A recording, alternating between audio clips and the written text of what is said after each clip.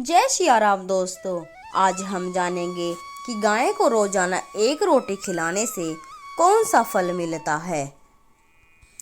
एक समय की बात है, माता पार्वती और भगवान शिव कैलाश पर्वत पर बैठे हुए थे। तभी माता पार्वती ने भगवान शिव से कहा, स्वामी, मेरे मन में एक प्रश्न उठ रहा है, आपकी आज्ञा हो तो आपसे पूछूं। फिर भगवान शिव ने कहा, देवी, आपके मन में कौन सा प्रश्न उठ रहा है, निसंकोच होकर पूछो। फिर माता पार्वती कहने लगी, स्वामी, गाय को रोजाना रोटी खिलाने से और उसकी सेवा करने से कौन सा फल मिलता है, और गाय के किस अंग को छूने से सभी रोग मिट जाते हैं। भगवान शिव ने कहा, हे देवी, आपने मनुष्य जाति के लिए बहुत ही महत्वपूर्ण प्रश्न किया है। जो मनुष्य गाय को कष्ट देता है उसे तो उसके पाप कर्मों के कारण नरक में दंड भोगना ही पड़ता है, परंतु जो मनुष्य गाय की सेवा करता है उसे उत्तम लोक की प्राप्ति होती है। गाय की सेवा करने से इस मृत्यु लोक में और परलोक में मनुष्य को कौन सा फल मिलता है, मैं आपको इस महान कथा के माध्यम से बताता हूँ। हे देवी, आप इस कथा को बड़े ध्यान से सुनो। फिर माता पार्वती कहने लगी, हे स्वामी, यह मेरा सौभाग्य है कि आपके मुख से मुझे यह महान कथा सुनने को मिल रही है। मैं इस कथा को बड़े ही ध्यान से सुन रही हूँ। फिर भगवान शिव कहने लगे, हे देवी पार्वती, प्राचीन समय की बात है, मध्य देश में एक बहुत ही सुंदर और रमणीय नगरी थी। उस नगरी में श्वेतकेतु नाम के राजा राज करते थे। वे सदा धर्म का पालन करने वाले गुणवान, चरित्रवान और धर्मात्मा राजा थे। उन्होंने धर्म पूर्वक अपनी प्रजा का पालन किया और अपनी प्रजा को सदैव ही प्रसन्न रखा। प्रजा सदैव ही उनसे संतुष्ट रहती थी। जम्मू देश की राजकुमारी मीनाक्षी महाराज श्वेतकेतु की पत्नी थी।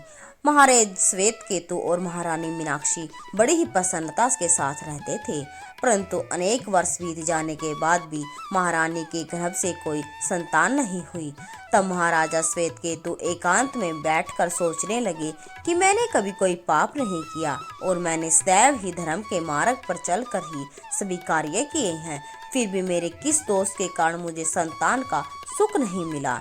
इतना सोचकर वे बहुत चिंतित हो गए और फिर उनके मन में एक विचार आया कि इस समस्या का समाधान केवल ऋषि श्रृंगी ही कर सकते हैं।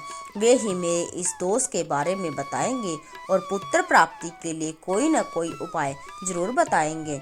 इतना सोचकर वह महाराज श्वेतकेतु अपनी पत्नी मीनाक्षी के साथ ऋषि श्रृंगी के आश्रम में पहुंच गई। भगवान शिव कहते हैं, हे देवी पार्वती, उधर आश्रम पर ऋषि श्रृंगी अपने नित्य कर्म, पूजा पाठ आदि कार्य से निवृत्त होकर अपने पति सात्तायन के साथ बैठे थे।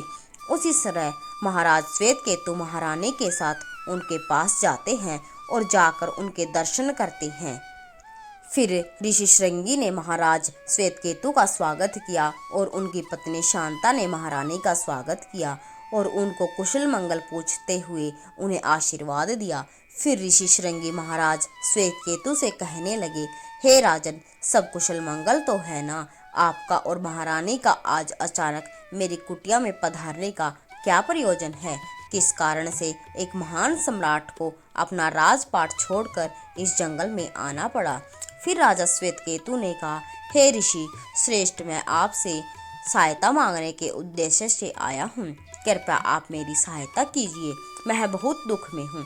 फिर ऋषि श्रृंगी कहते हैं, हे राजन, आपके जैसे महान सम्राट को भला किस प्रकार की सहायता चाहिए? आप तो स्वयं सभी की रक्षा एवं सहायता करने में सक्षम हैं। महाराजा श्वेतकेतु ने कहा, हे ऋषि श्रेष्ठ, मैं आपके पास यह जानने के लिए आया हूँ कि किस दोष के कारण मुझे अभी तक पुत्र की प्राप्ति नहीं हुई है। कृपया आप अपनी दिव्य दृष्टि से देखकर मुझे मेरा दोष बताइए और उस दोष के निवारण के लिए उपाय भी बताइए। पुत्र के बिना मेरा जीवन व्यर्थ हो जाएगा, मुझे मुक्ति नहीं मिलेगी। भगवान शिव कहने लगी, हे देवी पार्वती। तब ऋषि श्रृंगी कहते हैं, हे राजन, मैं अवश्य ही आपकी सहायता करूंगा। फिर ऋषि श्रृंगी अपनी दिव्य दृष्टि से महाराज के भविष्य को देखने लगते हैं तो राजा श्वेतकेतु एक दोष के बारे में पता चलता है। ऋषि श्रृंगी महाराज से कहते हैं, हे राजन, आपसे एक बहुत बड़ी भूल हुई है जिसका आपको ज्ञान नहीं है। जब आप इंद्रलोक में देवराज इंद्र से मिलकर लौट रहे थे, तभी रास्ते में एक कल्प वृक्ष के नीचे खड़ी गाय और उसके बछड़े को आपने नजरअंदाज कर दिया था। वह गाय और वह बछड़ा अत्यंत भूखे और कष्ट में थे। आपने उस कामधेनु गाय को न भोजन कराया, न ही उसे प्रणाम किया। उस गाय ने आपसे सहायता भी मांगी थी, परंतु आप अपनी प्रसन्नता में खोए हुए थे और आपको उस गाय की करुण पुकार सुनाई नहीं दी। आपके इस कृत्य को देखकर वह गाय बहुत दुखी हुई और उस गाय ने आपको श्राप दे दिया। हे राजन, जो मनुष्य गाय को कष्ट में देखकर उसकी सहायता नहीं करता, भूखी गाय को भोजन नहीं कराता, उसे तो महापाप लगता ही है। और उस गाय के शाप के कारण ही आपको कोई संतान नहीं हुई है। इस प्रकार से ऋषि श्रृंगी ने महाराज श्वेतकेतु को उनके दोष के बारे में बताया, जिसे सुनकर महाराज बहुत दुखी हुए और पश्चाताप करते हुए कहने लगे, यह मैंने क्या कर दिया? मुझे अपने आप पर धिक्कार है। मेरी ही मूर्खता के कारण आए गाय को और उसके बछड़े को इतना दुख सहन करना पड़ा। मुझे तो एक राजा बने रहने का भी कोई अधिकार नहीं है। महाराज ऋषि श्रृंगी से कहते हैं, हे ऋषि श्रेष्ठ, मैं अपनी इस भूल को सुधारना चाहता हूँ। कृपा आप ही मुझे कोई उपाय बताइए जिससे मैं इस घोर पाप से मुक्ति पा सकूं। मेरा अपराध क्षमा के योग्य तो नहीं है, परंतु फिर भी मैं प्रायश्चित करना चाहता हूँ। भगवान शिव कहने लगे, हे देवी पार्वती। फिर ऋषि श्रृंगी ने कहा, हे राजन, आप दुखी न हो। इस दोष से मुक्ति का उपाय मेरे पास अवश्य है। आप मेरे आश्रम में बंधी हुई गाय की सेवा करो।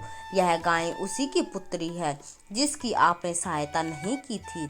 अपनी पत्नी के साथ मिलकर तुम इस गाय की सेवा करो और उसकी आराधना करो, तुम्हें अवश्य ही पुत्र प्रदान करेगी। तभी वह गाय जंगल से आश्रम में प्रवेश करती है। उस गाय को आता हुआ देखकर ऋषि श्रृंगी बोले, हे राजन, देखिए, केवल स्मरण मात्र से ही कल्याण करने वाली यह गाय स्वयं चलकर आ गई है। आप कितने भाग्यशाली हैं। यह गाय निश्चित ही आपके दुख दूर करेगी। आप जंगल में इस गाय के पीछे पीछे चलकर इसकी सेवा करो।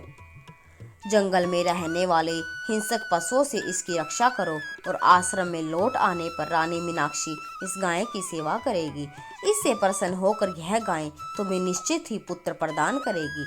फिर महाराज श्वेतकेतु ने ऐसा ही करने का वचन दिया। फिर दूसरे दिन सुबह महारानी ने गाय की पूजा की और महाराज उस गाय को चराने के लिए जंगल में लेकर गए। जब वह गाय चलने लगती तो महाराज उसके पीछे पीछे चलते और इधर उधर से हरी हरी घास लाकर उस गाय को खिलाने लगते। और जब वह गाय किसी वृक्ष के नीचे बैठती तो महाराज भी उसके साथ बैठकर विश्राम करते।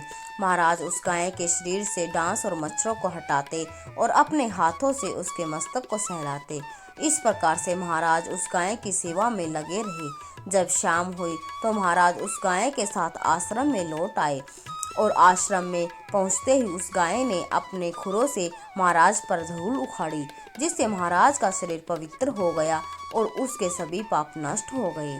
फिर महारानी मीनाक्षी ने आगे आकर उस गाय का पूजन किया तथा बारंबार उनके चरणों में मस्तक झुकाया। फिर उस गाय की प्रदक्षिणा करके हाथ जोड़कर रानी उसके आगे खड़ी हो गई। फिर उस गाय ने उस रानी की पूजा को स्वीकार किया और रानी पर अपनी दृष्टि डालकर उसके सभी दोष समाप्त कर दिए। गाय की दृष्टि पड़ते ही रानी अत्यंत पवित्र हो गई। इस प्रकार से महाराज श्वेतकेतु को उस गाय की सेवा करते हुए 1 महीना बीत गया। भगवान शिव कहने लगे, हे देवी पार्वती। फिर एक दिन जब महाराज गाय को लेकर जंगल में गए तो वह गाय चलते चलते हिमालय पर्वत पर चली गई और महाराज भी उसके पीछे पीछे चले गए। वहां उस पर्वत पर खड़े होकर महाराज हिमालय पर्वत की सुंदरता को निहार रहे थे। इतने में ही एक शेर ने आकर उस गाय को बलपूर्वक दबोच लिया। राजा को उस शेर के आने की आहट तक नहीं हुई।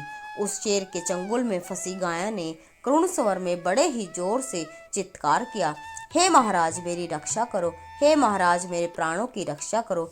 जैसे ही महाराज ने उस गाय की पुकार सुनी तो उन्होंने देखा कि एक भयंकर शेर ने उस गाय को दबोच लिया है और उस गाय की आंखों से आंसुओं की धारा बह रही है, जिसे देख कर महाराज बड़े ही चिंतित हुए और उन्होंने तुरंत ही अपना धनुष बाण निकाला, उस शेर को मारने लगे। धनुष की प्रत्यंचा खींची और उसी समय उस शेर ने महाराज की तरफ देखा। उस शेर की दृष्टि पड़ते ही महाराज का शरीर स्तब्ध हो गया, उनकी सारी शक्ति क्षीण हो गई, उनका सारा बल नष्ट हो गया। अब उनके अंदर उस बाण को छोड़ने की भी शक्ति न रही। फिर वह शेर महाराज से कहने लगा, हे राजन, मेरे ऊपर प्रहार करना तुम्हारे बस की बात नहीं है, क्योंकि भगवान शिव मेरी ही पीठ पर बैठकर नंदी पर बैठते हैं। इसलिए तुम मुझे मारने की चेष्टा न करो और यहाँ से लौट जाओ। विधाता ने इस गाय को आज मेरा ग्रास नियुक्त किया है, इसलिए तुम इसमें दखल मत दो। मैं जानता हूँ तुम राजा श्वेतकेतु हो। इस हिमालय पर्वत पर भगवान शिव की बड़ी माया फैली हुई है, इसलिए तुम तुरंत ही यहाँ से निकल जाओ। फिर महाराज कहने लगे, हे जंगल के राजा, कृपया तुम इस गाय को न मारो। यह ऋषि श्रृंगी के संपूर्ण मनोरथों को पूर्ण करने वाली गाय है। इसकी हत्या करने पर तुम्हें पाप लगेगा। गुरुदेव ने मुझे इस गाय की रक्षा और सेवा करने का आदेश दिया है। इस गाय का एक बछड़ा भी है जो आश्रम में इसकी राह देख रहा है। मैं इस गाय को मरने के लिए छोड़कर नहीं जा सकता। तुम भगवान शिव के सेवक हो, इसलिए तुम्हारे हाथ से इस गाय को छुड़ाना मेरे लिए संभव नहीं है। इसलिए हे जंगल के राजा, मेरी तुमसे विनती है कि तुम इस गाय को जीवन दान दे दो। इस गाय के बदले मैं तुम्हें अपना शरीर समर्पित करता हूँ, जिससे तुम्हारी भूख शांत हो जाएगी और इस गाय की रक्षा भी हो जाएगी और मेरे वचन का पालन भी हो जाएगा। साथ ही रक्षा के लिए प्राण त्यागने से मुझे उत्तम गति की प्राप्ति हो जाएगी। इतना कहकर महाराज उस शेर के सामने हाथ जोड़कर बैठ गए और आंखें बंद कर ली। फिर अचानक उस राजा के कानों में आवाज आई, हे राजन उठो, मैं तुम्हारी सेवा से अत्यंत प्रसन्न हूँ। यह सुनकर महाराज उठ खड़े हुए और उन्होंने अपने सामने उस गाय को देखा और वह शेर कहीं आसपास दिखाई नहीं दे रहा था। तब वह गाय राजा श्वेतकेतु से कहने लगी, हे राजन, मैंने ही अपनी माया से शेर का रूप धारण करके तुम्हारी परीक्षा ली है। यमराज भी मुझे पकड़ने का विचार नहीं कर सकते। मेरी रक्षा के लिए तुम अपने प्राण देने के लिए तैयार हो गए, इसलिए मैं तुम पर बहुत प्रसन्न हूँ। अब तुम मुझसे वरदान मांगो, जो भी तुम्हारी मनोकामना हो मैं अवश्य पूर्ण करूँगी। फिर महाराज श्वेतकेतु कहते हैं, हे गौ माता, मेरे मन में जो इच्छा है आप वह अवश्य जानती हो। कृपया मुझे पुत्र प्रदान कीजिए, मेरी यही कामना है। भगवान शिव कहने लगे, हे देवी पार्वती। फिर उस गाय ने कहा, हे राजन, तुम पत्ते के द्रोण में मेरा दूध लेकर इसका पान करो, इससे तुम्हें अत्यंत बुद्धिमान और गुणवान पुत्र की प्राप्ति होगी। महाराजा श्वेतकेतु कहने लगे, माता, इस समय पर मैं आपके मधुर वचन सुनकर ही तृप्त हो चुका हूँ। अब आप मेरे साथ आश्रम चलिए। मैं आपकी पूजा आराधना करके तथा मेरे अनुष्ठान को पूरा करके आपके अमृत समान दूध का पान करता हूँ। उसके बाद महाराज श्वेतकेतु उस गाय को लेकर आश्रम चले आए। आश्रम पर पहुँचने पर महारानी मीनाक्षी ने आगे जाकर उस गाय का पूजन किया। तब उस गाय ने कहा, हे महारानी, आप मेरी पीठ को स्पर्श करें, इससे आपको अत्यंत गुणवान, बलवान और विद्वान पुत्र की प्राप्ति होगी। फिर महारानी ने गाय की पीठ को स्पर्श किया और महाराज और महारानी ने उस गाय का विधिवत पूजा आराधना की और उसके अमृत के समान दूध को प्रसाद समझकर ग्रहण किया। उन दोनों की प्रसन्नता देखकर ऋषि श्रृंगी कहने लगे, हे राजन, अब यह गाय तुम दोनों पर प्रसन्न है, तुम्हारी मनोकामनाएं अवश्य पूर्ण होगी।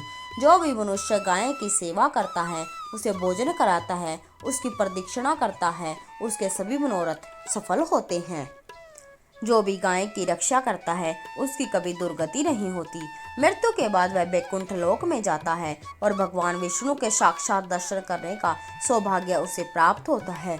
जो श्रद्धापूर्वक गाय का दूध पीता है, वह सभी रोगों से दूर रहता है। जो गाय की पीठ पर जो कुबड़ होता है, उसे स्पर्श कर लेता है, उसके सभी प्रकार के दोष और पाप नष्ट हो जाते हैं। जो गाय का दान करता है, वह वैतरणी नदी को गाय की पूंछ पकड़कर पार कर लेता है। जो स्त्री रोज गाय को रोटी देती है, वह सौभाग्यशाली बन जाती है। गाय समस्त पापों का नाश करने वाली और सभी मनोरथों को पूर्ण करने वाली है, इसलिए हमेशा इसकी रक्षा, पूजन और इसे भोजन कराना चाहिए। इतना करने से ही मनुष्य सभी सुखों को प्राप्त कर लेता है और उसकी दरिद्रता समाप्त हो जाती है। फिर भगवान शिव कहते हैं, हे देवी पार्वती, इस प्रकार से महाराजा श्वेतकेतु द्वारा गाय की सेवा करने से उन्हें एक अत्यंत बुद्धिमान पुत्र प्राप्त हुआ। तो दोस्तों, गाय को रोटी अवश्य दे और उनकी सेवा अवश्य करें। जय श्री राम, जय श्री कृष्ण, जय श्री कृष्ण।